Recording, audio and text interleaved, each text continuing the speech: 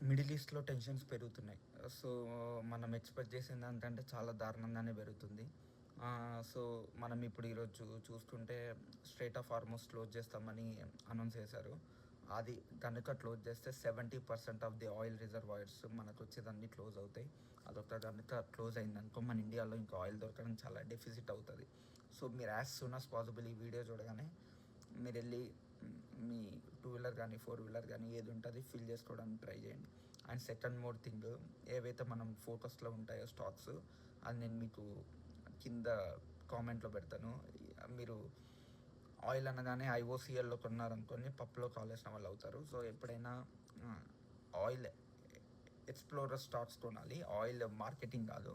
So, oil marketing అందరికీ ఎందుకు మీకు డౌట్ ఉండొచ్చు ఎందుకు తగ్గుతాయని. బేసిక్గా మీకు కాస్ట్ అనేది పెరిగినప్పుడు వాళ్ళ ప్రాఫిట్ మార్జిన్ అనేది స్ట్రింక్ అవుతుంది. స్ట్రింక్ అయినప్పుడు రేట్స్ అనేది తగ్గిపోతాయి. సో అందుకే ఐఓసిఎల్, హెచ్పిసిఎల్ ఇట్లాంటి స్టాక్స్ మాత్రం కంప్లీట్గా మనం డ్రాప్ అవడం చూస్తాం ఈ మూమెంట్లో.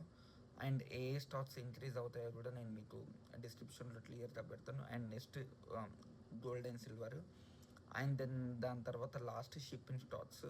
ఈ మూడిటిపైన కాన్సన్ట్రేట్ చేయండి.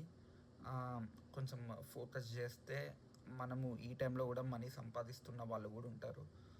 అండ్ యా, అంతే. నేను అవన్నీ మీకు స్టాక్స్ అన్నీ నేను మీకు డిస్క్రిప్షన్లో క్లియర్గా పెడతాను. మీకు ఏమైనా డౌట్ ఉంటే మాత్రం తప్పకుండా feel free to comment down anything you want.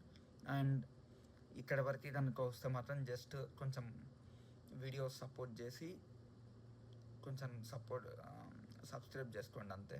And thank you so much. Piece.